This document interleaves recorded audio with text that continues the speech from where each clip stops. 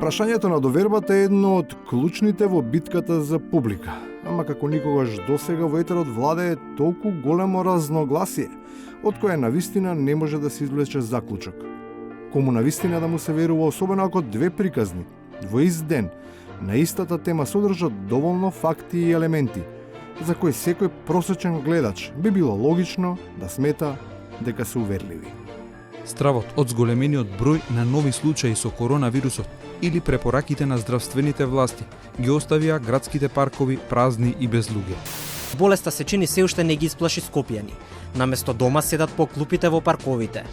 Прашањето на довербата во продукцијата се зголемува не само кога една вест се гледа од два сосема различни агли, туку и кога под притисок на зголемениот ангажман се прават лапсуси предизвикани од отсуството на концентрација, и тоа токму кај оние кои постојано го акцентираат проблемот на загрозениот идентитет. Дали може тука да ја слушнеме изјавата на министерката за правда Рената Каракамишева? Не, Рената Дискоска. Се извинувам.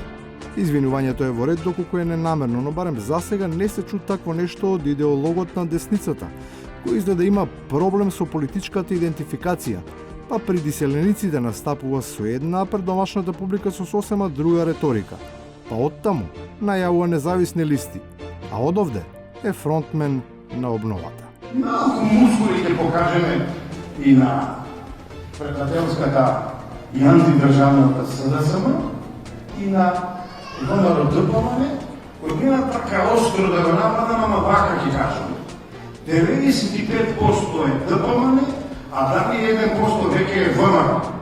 Во такви проценти се мери и лутината на екс-парламентарниот спикер, неговата резолутност да не ги свика партениците и покрај прогласената воредна состојба.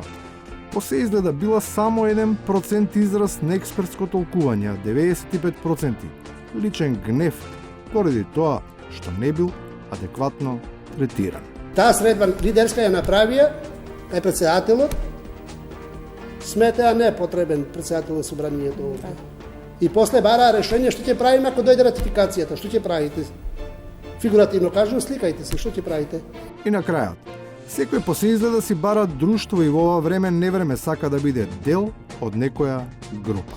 Најверојатно од претходно останато, значи сите представници на владата имаат некоја си Вибер група формирана, јас уште не сум вклучен во таа Вибер група.